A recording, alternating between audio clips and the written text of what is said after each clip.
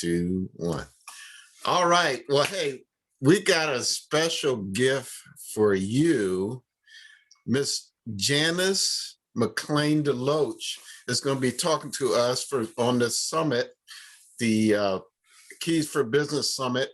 And just to give you a little bit of background, Miss Janice, she hosts a radio TV show on the Radio 1 network, very powerful show where she interviews investors, very important people, business owners, and she'll talk about a little bit about herself and her passion and working, helping small business owners.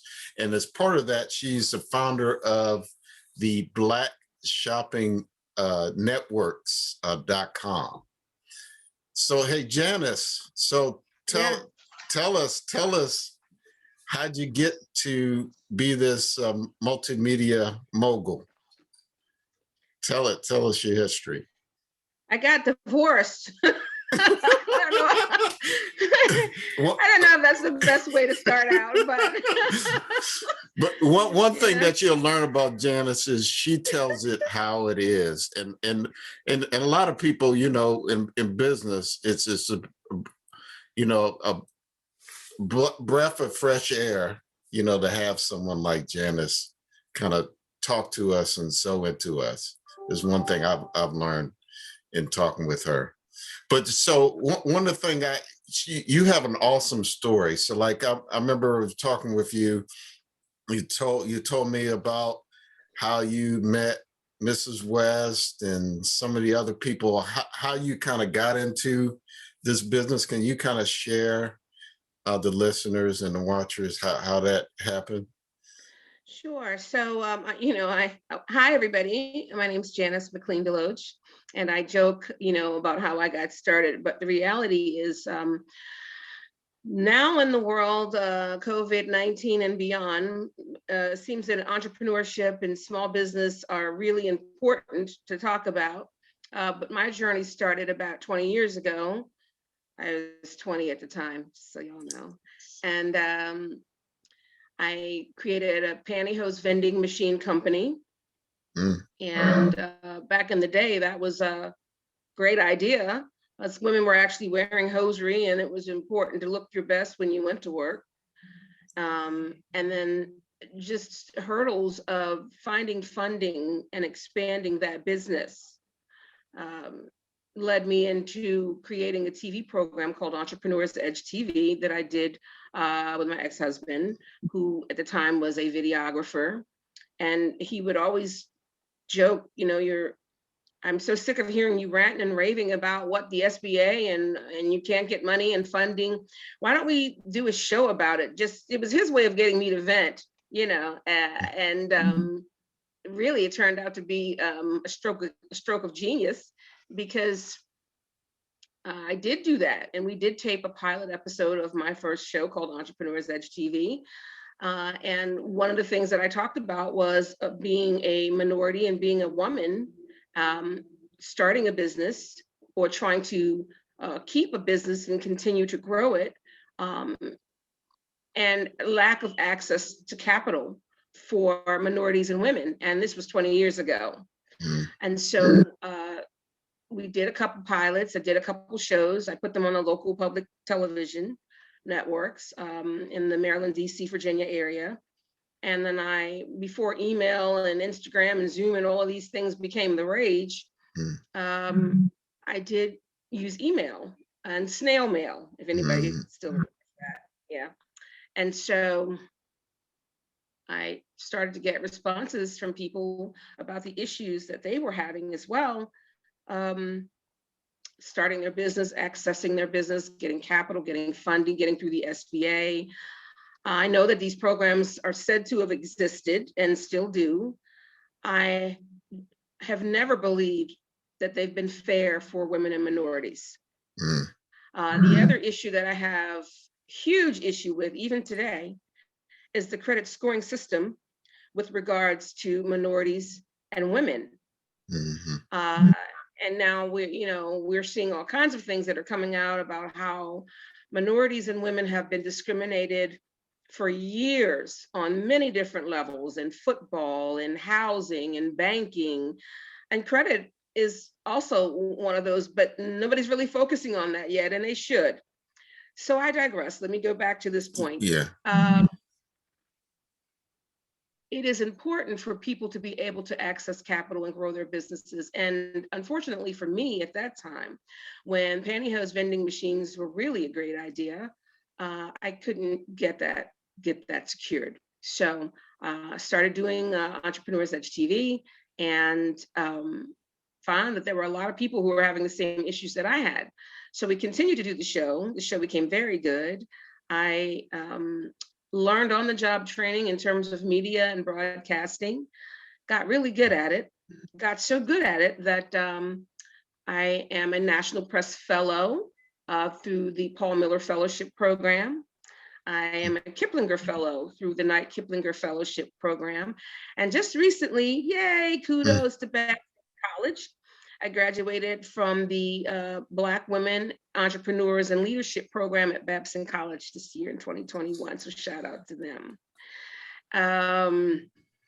And so in doing that and going through those programs and really honing my skills and my craft as an entrepreneur, a storyteller, it has taken me to different states. I have met all kinds of people, from Magic Johnson to Deborah Lee to Dolores Jordan and Donda West. And I mention these two women in particular because in a culture that seems to publicize and promote that Black women don't like each other and we don't support each other and we're catty and we're clawing. I just wanted y'all to see my nails. But we are not. And I will tell you that, and during this time, I was going through a divorce, as I joked earlier. This was around 2005, 2006. I went to Chicago to a conference called NABFEM, the National Association for Black Female Executives in Music and Entertainment. Shout out Johnny Walker there. And I saw all kinds of women there. I mean, just, gosh, I met Cissy Houston, I met Dolores Jordan, but let me tell you the story about Dolores Jordan. So as I was a Paul Miller Fellow, like I mentioned previously, one of the people that I got to meet and interview during my time on Capitol Hill in Washington, D.C. was Dolores Jordan. Yes, that one. Mm-hmm. We really So wait a minute, for people who didn't connect the dots, who's she a mother of? Mother. She's the mother of Michael Jordan, okay, the NBA basketball player, the GOAT in the NBA game, some people call him. But his mother's story is also very inspirational in that Dolores Jordan has a foundation of her own that supports women and children, and which I got to learn a lot of her story when I met her on Capitol Hill in 2005-06. It was interesting because that day I just wasn't really on my game, and but something in her, her maternal instincts to me kicked in, and she really connected with me. And the interesting thing was I had two interviews. One of them was Hillary Clinton, and the other one was Kathy Ireland. Okay. But and you know, for those of you who don't know those names, Google them, you'll see why I look like that. But Dolores Jordan took her time out of her schedule to talk to me, to nurture me, to hear me, to understand what I was doing and what my mission was. And I'll also point out that during this time, Entertainment Tonight was very new. And Maria Bartiromo, who used to do the Wall Street Report and on the New York Stock Exchange, her program was very new as well, 20 years ago. And then when you look at comparisons of how minorities move along in media versus other people, even if they are a woman, there's also, you know, a story there that I could go into, but I won't. And, you know, I like what both of them are doing. So this is no, you know, no stabs at what they're doing or anything. I really do support, I love their work. But I was so engrossed in talking with Dolores Jordan, and she was present for me. that she missed her interview cue because she was actually one of the speakers for the panel. And I missed, like I said, the other two interviews, and one of them was Hillary Clinton. But she just believed in what I was saying. She was hearing what I was saying. I was on Capitol Hill, I was by myself. I had my little camera, my little equipment, and I was going around to all these powerful people trying to collect their stories, to hear their wisdom and their nuggets of inspiration, and just whatever they wanted to share about business and entrepreneurship. So we connected in Washington, D.C., like I said there. And then fast forward a couple of years, I'm in Chicago at the NABFEM conference, and I run into Dolores Jordan. And it was so interesting because, again, and I should just point out that my journey in entrepreneurship has not always been easy. There have been a lot of days that I did not have money. A couple times I had to sleep in my car. I clean up well, but let me tell you, it has been rough. Yeah, But now it was worth it. can you give people kind of like some background, like what was going on right at that time? You from DC and you were trying to get to Chicago, and like what was actually going on like in your life at that time? Well, I was going through a divorce, and it was a really bad divorce. But sometimes I feel that God is amazing, and I do believe in God. I'm not asking everybody else to, that's my thing. And I do know that sometimes when you can't think for yourself, or you can't put your own foot forward, or think how to move forward, that he does take steps for you. Because when I went to the conference in Chicago, so in between the time of meeting her in DC and meeting her in Chicago, I was going through a divorce. My finances were crazy. I almost lost my house. When I got to Chicago, what I didn't know was that my ex-husband had put a stop on all of my credit cards. So he's a wonderful guy, but God is amazing, like I said. And so once I got to Chicago, I didn't realize it at the moment, but he had actually canceled all of my credit cards. So I didn't even have any money to pay for my hotel or my room or anything. And the interesting thing is, you ask, what did I do to him? Absolutely nothing. So sometimes people are in a space where they do things we can't always explain why. I am not perfect, but I can tell you that I'm not really sure what he was thinking at that particular time. But I also believe that, my destiny was to move on, to be in relationships with people who support and believe and nurture me. And that did happen. So during this time, I'm in Chicago, and I meet Dolores Jordan, and I am there working as press. So the people in charge of the conference, you have the gatekeepers, I call them, would not let me go to a certain part of the room. And this was during the time of AJ and Free and 106 in Park, and Inside Edition and Extra, remember those outlets. And then there was a paper there, Chicago Tribune. And let me show you how God sets things up for you, right? So I'm in there, I'm starving, I hadn't eaten, I discovered I had no money, I'm starving. In comes R. Kelly with his whole 20 entourage. In comes Usher and Avant, who is a R&B singer. In comes Kiki Wyatt. Just amazing people. Ludacris is there. Mos Def's there. Tyra Banks' mom is there. She didn't come, but her mom was there. So as I'm covering the people that are coming in on the red carpet, I see Dolores Jordan. And it was interesting to me that actually she spotted me first. And you remember, I go back to 2005, and I told you we had this really great connection. And, years have gone by, this maybe 5 years later. And I hear, Janice, hi, Janice. And I'm like, well, who's that? I'm in Chicago. I don't know anybody in Chicago, right? I see Dolores Jordan waving at me. Janice, hi. It was like she was my mom. Like I told you, it was this lady, because my mom is gone. My mom is passed a long time ago. And so for a long time, I've had women who have stepped up and been nurturers in my life, and specific Black women. And Dolores Jordan was that woman for me. And she still, today, if I see her today, it would be just like yesterday to me. I mean, I'm sure. And so she calls me. She's like, hi, my dear, how are you? And I'm like, it's been an interesting ride. And so I start telling her, what's going on in my life, and we're catching up. And she says, well, come on, go back with me to my room in the green room. And I want you to sit and let me catch up with you. Let me find out what's going on in your life. And I said, well, Miss Jordan, I didn't call her Dolores. I called her Miss Jordan, And I said, I can't really, because I'm here, I'm working, and they've got the barrier and the gatekeepers, and I'm not really supposed to go past this line. She said, come on. She grabs my hand, she whisks me back into her room. And so, really, what are you going to tell Dolores Jordan? No, really? Are you going to really say that? No.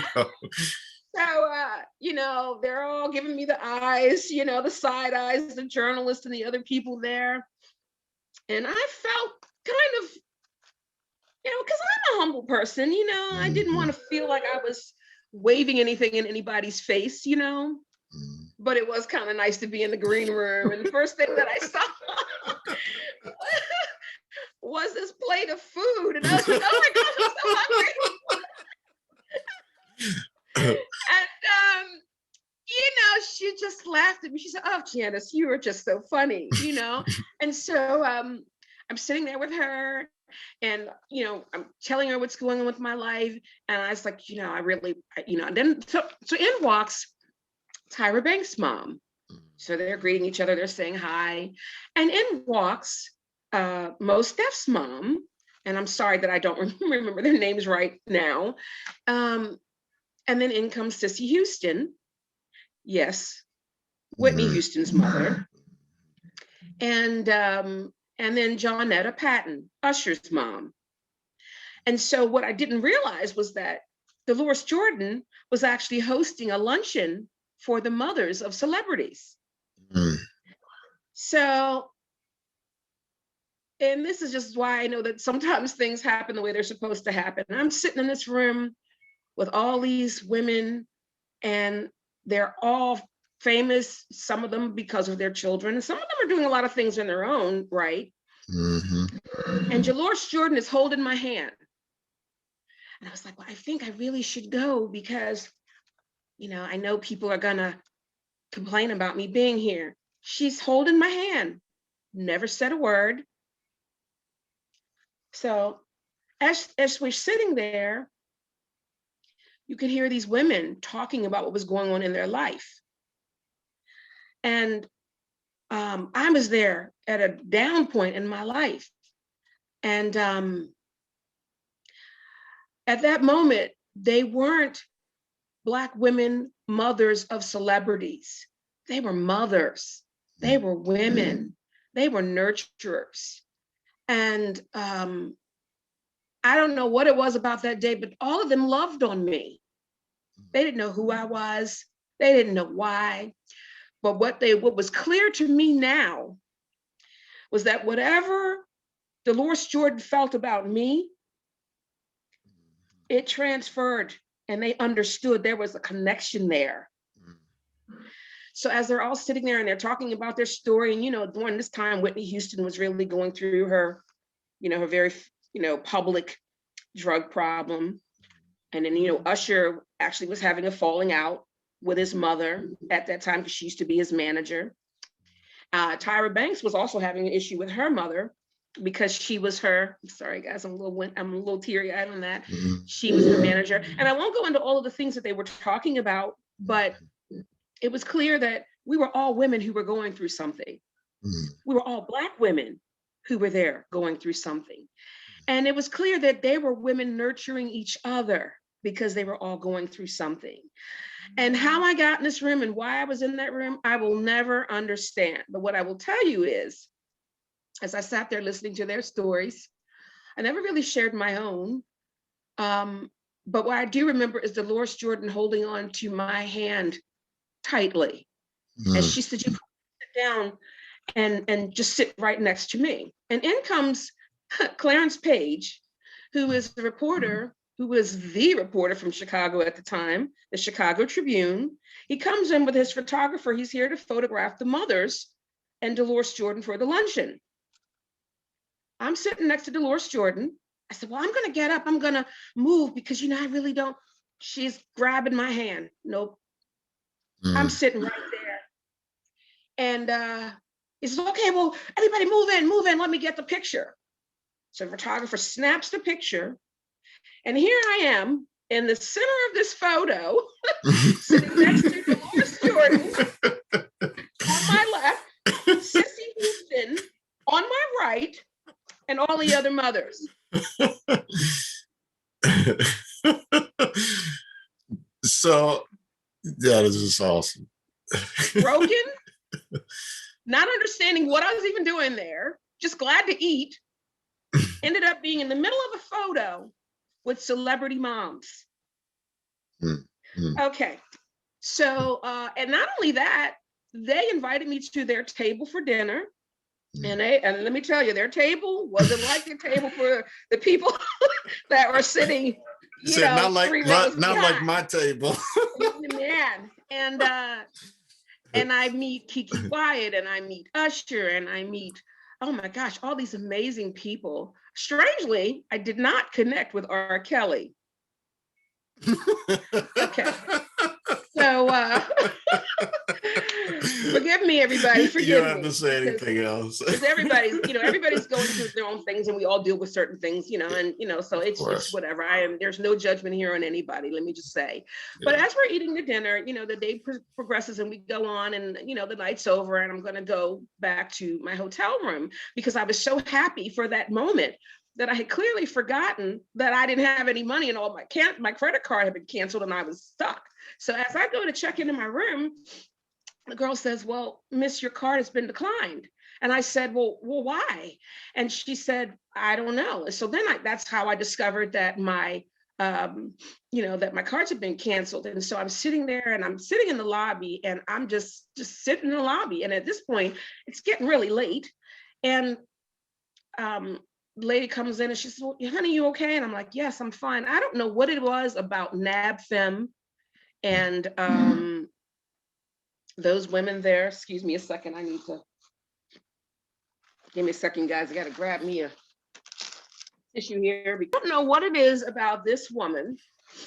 She comes and she sees me in the lobby, and we're, again, I'm just, hi, how you doing? And again, there was something about NABFEM and this particular group of women that I will never understand. But I do know that it was all in the cards. And so I'm sitting there, and I'm like, listen, I don't have anywhere to stay, and I don't have any money, and blah, blah, blah, blah. She's no problem. Come on, we're going to go up to the front desk. So we go up to the front desk, and the clerk there who was at the counter, she said, well, listen, we really don't have any more rooms available. The only thing that we have left is a mini suite and a suite. And I was like, okay. And the lady was like, okay, no problem. We'll take the mini suite. And the girl goes, well, you do know that that's priced. She says, I got it. Well, we're good. She takes her card out. She puts her card. She says, whatever this girl needs, give her whatever she needs. Put it on my card. We're good. And at this point, I'm asking God, I don't know what I did to deserve all of this favor from you today, but thank you. Thank you. And, but also my spirit was very humbled, because I think sometimes people understand, even if you don't say anything, that something is going on, and for those who don't, maybe they're just not as in tune as some other people are at that particular time. So she puts me, she gives me this card, and she puts it on the card, whatever she wants. So she checks me in, she bills it. Later on, she goes, Miss West, is there anything else that I can help you with? She says, no, honey, that'll be all. No, Miss West. So it's just so people understand, who is Miss West? So her name is Donda West. Okay. And I said, Miss West, I don't know. She said, no, call me Donda. And I said, I know, but I'm just still going to say Miss West. She said, honey, my name is Donda West. Here's my cell phone number. If you need anything else, or you have any other problems, you call me. She writes down her cell phone number on a piece of paper, and she hands it to me. So I used to be a volunteer for the Grammy Association years ago. For people that didn't catch it, that's Kanye West's mother. But go ahead. So I am at the Grammy Association. I'm a volunteer for the Grammy Associations. And at that particular time, which is interesting, then notice the time frame. It was 2005 to 2006. Kanye West hadn't made it yet. He was one of the people at that award show that year. And he comes in and he says, look, I've got these CDs. Would you please put them in the grab bags? Now, everybody else paid to have their stuff in those bags. So we had one lady who I call the gatekeepers. She said, well, he didn't pay, so we're not putting his stuff in the bag. And it was myself and another younger intern there. And because she was maybe about 17, you know, probably somebody's daughter who was working that night. I said, you know what? We're going to put these CDs in this bag anyway. I don't care what she says, we're going to do it. Because something in my spirit, even since I was a child, has always been about entrepreneurship and seeing people win. And I could just tell he was somebody who really wanted to win. He wanted to make it. He was hungry. And I understood that language, you know? So we put these CDs in the bag. We're running around the room like crazy people. And then in there hanging out in the room with me is Anthony Hamilton, who is a singer, and Music Soul Child. They're both R&B singers. I always used to joke. In fact, that night I told Music Soul Child he was going to be my husband. I said, you know, my husband ain't acting right. You're going to be my husband. And but we became really good friends that night. And we just, I met Morley Simmons. I met Violetta Wallace, Biggie Smalls' mom. I met Dougie Fresh, Alicia Keys. You know, I met quite a number of people. So we put these CDs in the bag, and about 6 months later, I'm riding down the road. Now remember, this guy's name is Kanye West. Nobody knew who he was at the time. I didn't even know who he was. I just knew he was somebody who wanted me to help him. And at that particular moment, I could. And so I'm riding down the road. About 6 months later, I hear this song called Jesus Walks on the radio. And I'm like, why do I know this song? I know this song. And the reason I know this song is because he'd given me one. In fact, the one that I have, I can't find the jacket, has his handwritten phone number on the outside. You know, remember how we used to write our stuff on the bootleg version of it? Yeah. Has his phone number written on the outside, the inside of the CD with two songs on it. And the first one was Jesus Walks. So we are, you know, I'm hearing the song and I hear his name. And then, like I told you, about 5 years later, I'm in Chicago, stuck at the hotel desk of the Radisson and the Renaissance in Chicago. And up comes Donda West, his mother, who paid my hotel bill and everything. Now, the interesting thing about this story is from 2005 to 2010, neither one of them ever knew that I knew the other one. She never knew that I knew him, and he never knew that I knew her. Wow. It's amazing how God does things, isn't it? Yeah, yeah. I tell that story today because it is instrumental to me in a lot of ways. One, you saw Black women coming together and supporting each other. Two, understand the struggles of being an entrepreneur from Kanye West's perspective. Dolores Jordan actually has a foundation, so she understands business as well. And then just understanding the inner workings of business itself, even though we were talking about the music industry at this time, it still was about entrepreneurship and business, which was the reason why I was there. And neither one of them actually knew that I knew the other one, but when you plant good seeds, eventually your harvest will come. And so I like to think of it that way. Now, in terms of my own journey and being an entrepreneur and moving forward at this time, I was there to cover a story. I was there, you know, just so happens that a lot of those things happened while I was there at this particular conference. But the whole point of me being there was to follow my dream of entrepreneurship and being a journalist who covers entrepreneurs and business owners and movers and shakers and people who make things happen. And so I continued with my TV show, Entrepreneur's Edge TV, which actually I ended up having to change because Entrepreneur Magazine decided that they wanted to be in the television. Stop there. You guys will have to read my book, which, by the way, I do have a book. Yeah, yeah.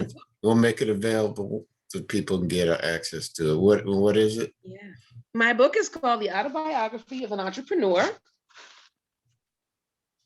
And the book is about me as an entrepreneur and my journey and how I got started and why I got started, of which we just touched a little bit on.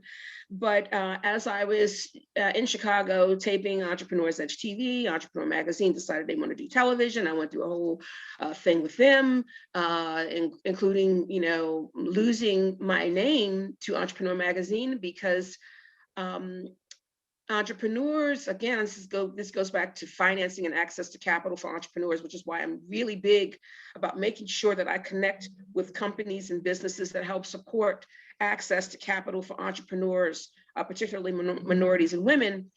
I lost my domain name to Entrepreneur Magazine because I did not have the funds to really be able to fight them in litigation in court. But sometimes things happen the way they're supposed to happen, because my show is now called it-Janice, and it is about small business and entrepreneurship. And, because of my divorce and everything I went through there, I learned all the ins and outs of creating TV programming and what it was like and why I needed and where to put it and why it should be placed. But I also was on the verge, the cusp of talking about entrepreneurship before anybody else thought that it was important. So I congratulate myself on being somebody who can pinpoint trends and understand their value. And even today, I still do that. So before Shark Tank and Undercover Boss and before The Profit, there was Janice McLean DeLoatch with her Entrepreneur's Edge TV. And so I look at all of those experiences as things that make me who I am, and also help me to be an inspiration and be authentic and give accurate information that really is something that other people can grow from. And so there are times that I really was not happy about that journey and some of the things that I was going through, but now I understand that I had to go through those things so that I could tell other people how to lift themselves up, how to grow, how to be their very best. Also, it improved my game, because I will tell you, and I apologize that, I don't know, I'm having allergies or what's going on right now. When you are an entrepreneur or a business owner, it is very important to make sure you do have everything in order. One of the reasons that I lost my battle with Entrepreneur's Edge was because I didn't have an attorney in place. I did have a trademark, but I didn't have the right counsel to help me fight there. So there are some things that I learned in this journey, and one of them is really to be prepared and make sure you do dot your I's and cross your T's. And if it comes down to buying shoes, because I like shoes, I like shoes too. Yeah, making sure that you pay for your accountant, or you make sure that your licensing is in order. I think it really comes down to people deciding to really be a business person and be a professional, and really, even as a minority woman, sometimes part of our downfall is because we don't keep our houses in order, and that's true. Janice, I want to kind of summarize some points that I heard. Janice, she described a story of how her authenticity, how her being herself and going through some of the challenges that she has and willing to pay it forward, how not only by just her helping people, how that kind of prepared her business and her career, and just and also being vulnerable and just being attuned to others. Because I think a lot of times as entrepreneurs, we're not willing to take help. We're trying to do this thing all by ourselves, but because you were in tune to what was going on in your life and you were willing to take help, you know, it really propelled you on your journey. Would you say that? Absolutely. Absolutely. I think 100% who I am today is all a result of accidents that worked out in my favor, learning curves on the job, to the path of entrepreneurship. It also enables me the opportunity to speak to people with authenticity about being a real entrepreneur. One of the things that I find is that there are a number of people and organizations who are really good at giving advice about being an entrepreneur. Mhm. And very few of them really know what that path is really like. I hear you. I'm not talking about my father writing me $1 million check, because in some cases I could be president. Mm-hmm. Or I could start a $500 million cosmetics company and be a billionaire because I have help. I'm not talking about that kind of entrepreneurship. I'm talking about the kind of entrepreneurship where you are sleeping in your car, where you are wiping tears from your face while you're getting ready to go on camera and do an interview. I am talking about failure and business loss because I didn't understand the rules of the game and the way they had to be played. And so I'm really happy to share all of these stories and journeys with everybody. And one, because I really, really, truly from my heart want to see businesses be successful. I want to see them grow. I like to see diversity and ingenuity. And I love to see it from women and minorities. And I have spent the last 20 years, but really my family prepared me to be on this journey, as well as we owned our own family restaurant, and my father owned his own taxi cab, and my mother was a civil rights advocate. And they always instilled in me a sense of, we don't have to wait for anybody else to help us be what we want. We can create it ourselves. And I really grew up in a house like that. And I really learned that. And even today, I still move forward with that. And I will tell you, and then quickly, I'll go back just to some history of the things that I've done, you know, on this journey, just in the last 20 years. I will tell you, while some people are home complaining about COVID-19, no, please understand, it is terrible. And people have died. It's very serious. But for those people who are not dealing with that aspect of COVID-19, if you are a creative person or somebody who is looking for a way to step away from that 9 to 5 that you could never get away from, or to launch a business and you just never had time to do it, if you didn't do anything in COVID-19 or the last year to create that path or even explore that path, then you really don't want to do it. Because creativity has been exploding all over the place. I mean, even corporate America has discovered in some ways that they discriminate against minorities and women. She said, hello.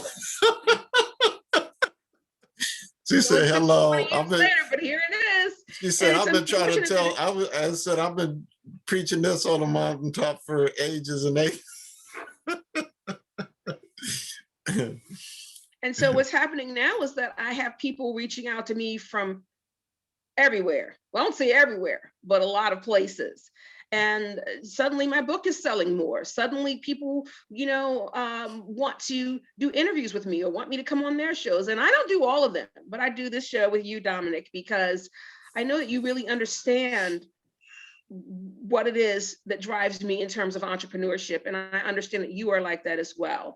And your company, Wallace Capital Funding, seeks to bridge the gap for minorities and women who are trying to access capital. And that is one of the reasons why I agreed to be here on this program with you today. And then, you know, yeah, you know, I sell some books. Well, one of the things I want to promote you. And so one of the things that we want to do is, so Janice, she has this awesome story. We'll provide some links so you have an opportunity to get access to her book.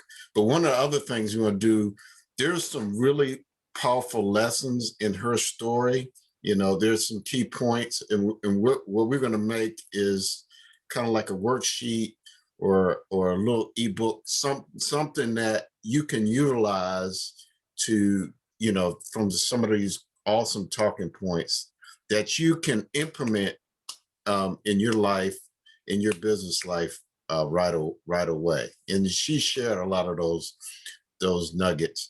So tell everybody about your show that you have, and maybe if you're able to say, you know, how you're about to be syndicated, if you're allowed to say that yet, or and then also your platform of how you're helping small businesses, especially Black-owned businesses. Can you talk about those, please? Sure. So real quick, I am a TV host, I'm a radio personality, I'm an entrepreneur, I'm an author, and I'm an advocate for fairness and industries that support minorities and women, entrepreneurship, innovation, creation. Like I told you briefly, I started out doing television, and the program was a resource show for entrepreneurs and all people who were interested in business, called Entrepreneurs Edge TV. I then moved into doing a radio program, actually before this one, that was on small business resources. And then I ended up rebranding my TV show into it-Janice, which again, covered small business and entrepreneurship, but more from a perspective of including success stories and hearing from business leaders and corporate leaders and celebrity business owners, featured stories and backstage access to business functions like the Small Business Summit or the Small Business Awards and different things like that. And then I moved forward in 2020, rebranded myself on the radio as well. I am now on the Radio 1 networks with my radio program called it-Janice.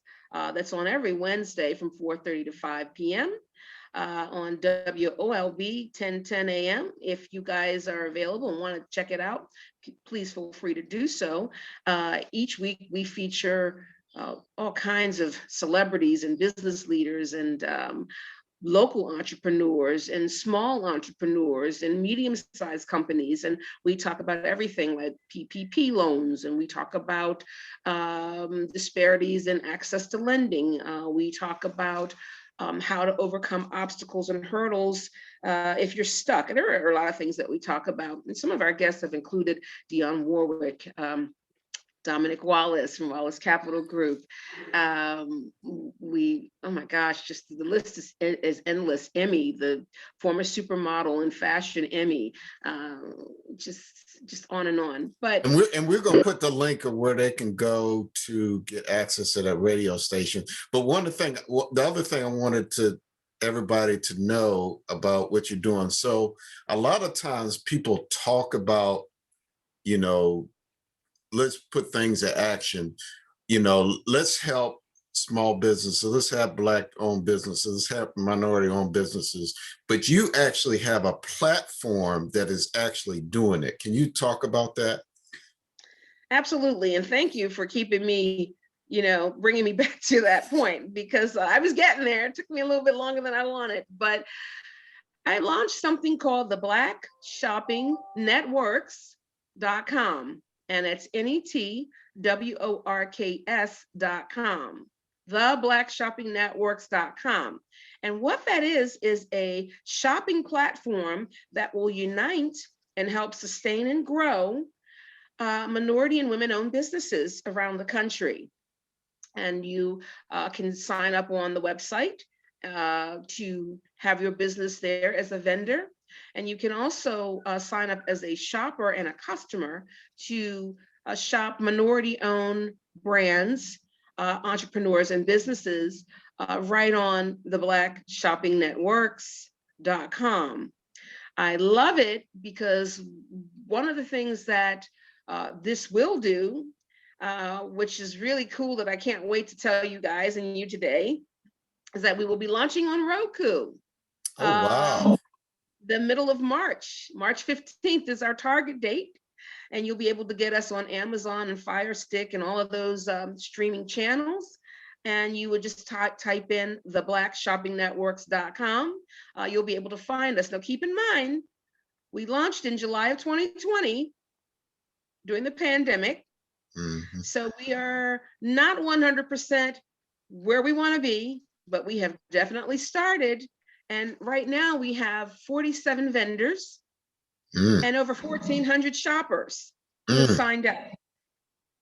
So if you are somebody who has a business and you have not been able to do it on your own, you have help now. Collectively, we are pooling all of these small businesses together on this platform in Chicago, in Texas, in Tennessee, in Boston, in Maryland, in Florida, Virginia, New Hampshire, Miami, and the good thing about this is that no matter where you are located, your business is located, you can have a storefront right on the blackshoppingnetworks.com that people specifically will come to look for because they want to support minority-owned businesses.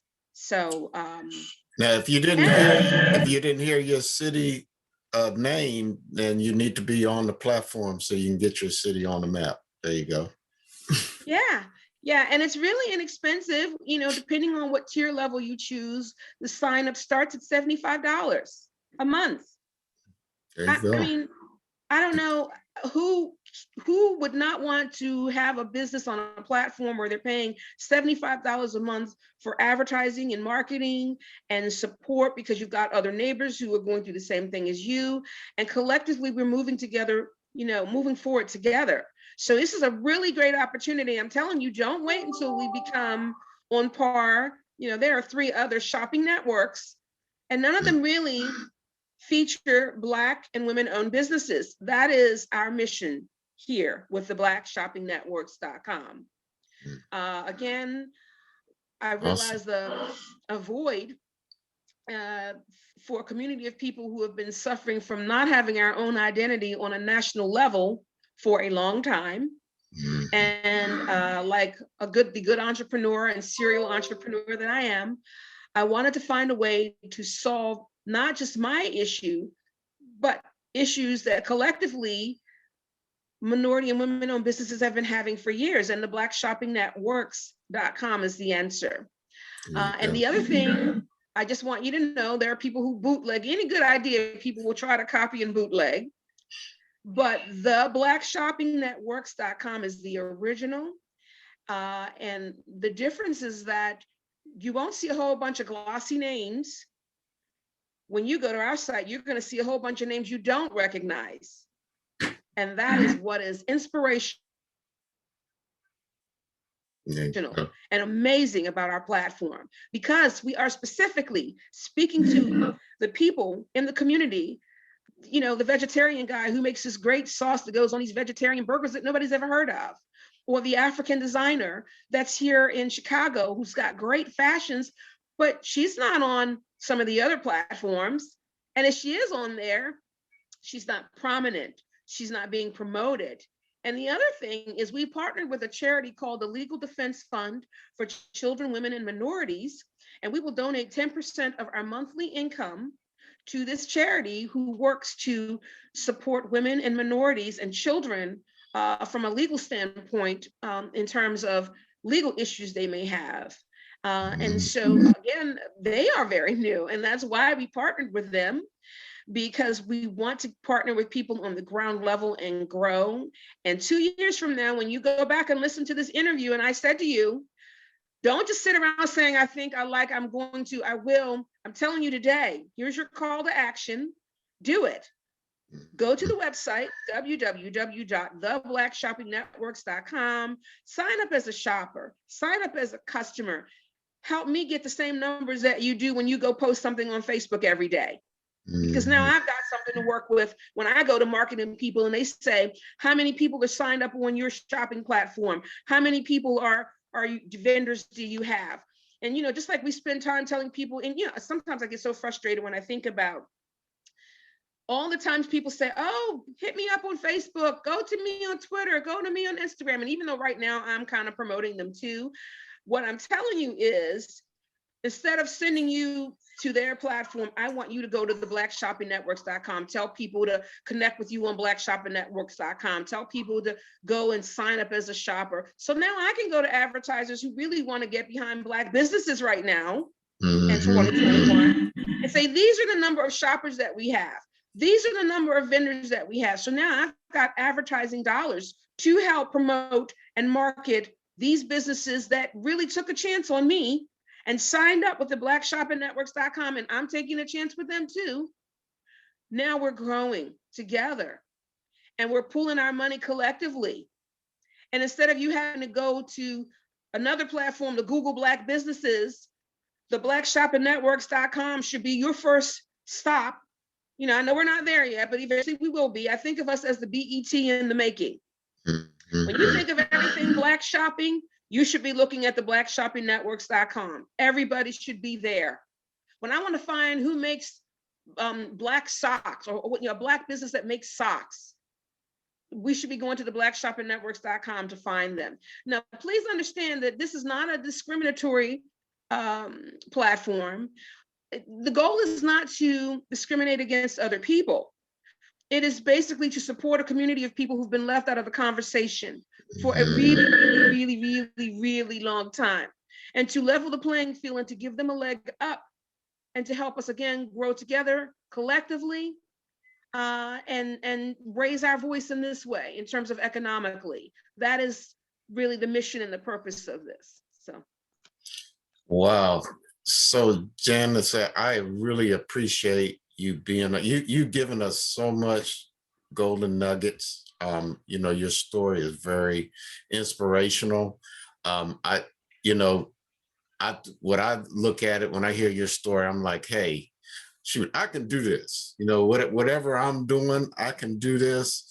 And not only, you provide inspirational, you also provide an actual vehicle that women and minority-owned businesses, Black businesses, can actually, take their business to the next level. And I really appreciate you taking the time. Any parting words that you want to give?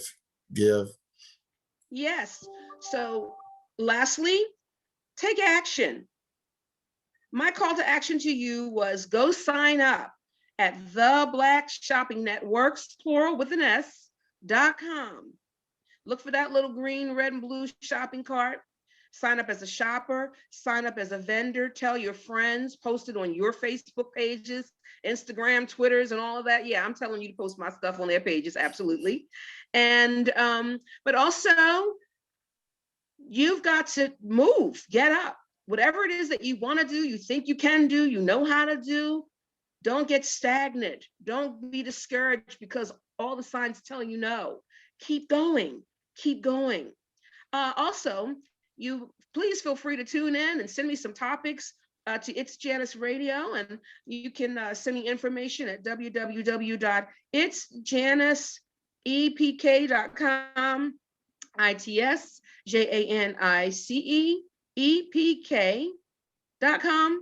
I'd love to hear from you. I'd like to even feature you on the radio at some point, depending on what your business is and what your story is.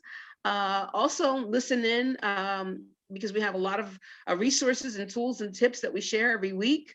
We are on every week, Wednesdays from 4:30 to 5 p.m. on WOLB 1010 a.m. And then the blackshoppingnetworks.com and my personal website, www.janice.media. I'd love to hear from you. Love to hear your stories. Want to hear what you're doing. Want to know what businesses you think should be on the Black Shopping Networks in your community. And certainly we'll work to see if we can get them there. And don't forget, March 15th, look out for us on Roku and Amazon and Fire Stick, the blackshoppingnetworks.com, where you get to see minority and women-owned businesses pitching their products live on our platform. That is on a national level. So yay! The Black Shopping Networks tank is what we got going. Yeah. Wow, and that's awesome.